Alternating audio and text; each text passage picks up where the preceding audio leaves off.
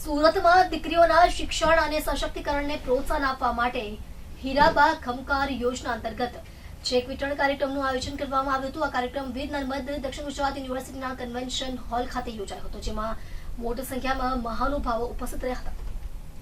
ઉદ્યોગપતિ પિયુષ દેસાઈ દ્વારા શરૂ કરાયેલી આ યોજના પ્રધાનમંત્રી નરેન્દ્ર મોદીની માતા સ્વર્ગસ્થ હીરાબાના નામે શરૂ કરવામાં આવી છે। યોજનાનો મુખ્ય ઉદ્દેશ્ય ગરીબ અને જરૂરિયાતમંદ પરિવારોને દીકરીઓને શિક્ષણ માટે આર્થિક બળ આપીને તેમને આગળ વધારવાનો છે। આજે આ યોજના સુરતની ગરીબ દીકરીઓ માટે આશાની કિરણ અને ખૂબ જ મદદરૂપ સાબિત થઈ છે।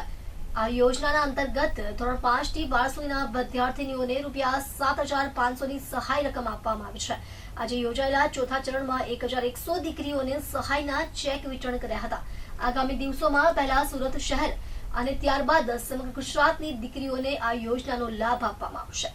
મારું નામ પિયુષ દેસાઈ છે। હું હીરાબાનો ખમકાર કરીને એક યોજના સુરત શહેરની અંદર ચાલુ કરી છે, જેમાં અમે લોકો જે લોકો દીકરીઓને આર્થિક મદદ નબળી હોય એવી દીકરીઓને અમે ₹7,500 સ્કૂલની ફી તરીકે આપીએ છીએ। અને એની અંદર આજ રોજ અમે 1100 જેટલી દીકરીઓને ચેક વિતરણના માધ્યમથી યોજનાનો લાભ આપી રહ્યા છીએ।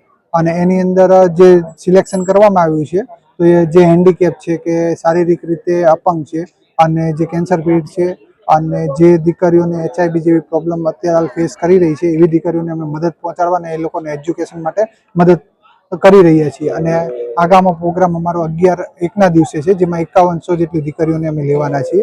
અને એ કાર્યક્રમની અંદર અમે નોર્મલી ઘરના ભાડે રહેતા હોય એવા લોકોને લેવા છે। અને આની અંદર જે મતલબ જેના મમ્મી પપ્પા પેરેન્ટ્સ નથી એવી દીકરીઓને અમે મદદ પહોંચાડી દઈએ।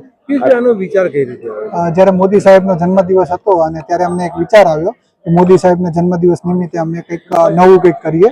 એટલા માટે પછી અમે એવું નક્કી કર્યું કે 7500 જેટલી દીકરીઓને મોદી સાહેબના 75મા જન્મદિવસ નિમિત્તે ₹75,000ની મદદ પહોંચાડીએ।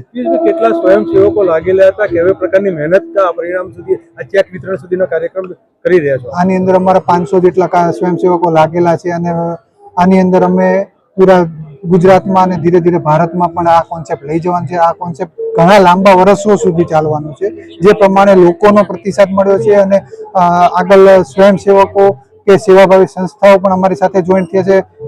ઘણા અગ્રણીઓ અમારી સાથે જોડાણા છે, તો એવી મદદ પહોંચાડવા માટે અમે લોકો રજીસ્ટ્રેશન માટે શું પ્રક્રિયા છે? રજીસ્ટ્રેશન માટે અમારું ટ્રસ્ટ રજીસ્ટ્રેશન માટે એની પ્રોસેસ અત્યારે પતી ગઈ છે અને થોડાક સમયમાં અમારું રજીસ્ટ્રેશન પતી જશે, એટલે નેક્સ્ટ 10 દિવસમાં અમારું રજીસ્ટર થઈ જશે।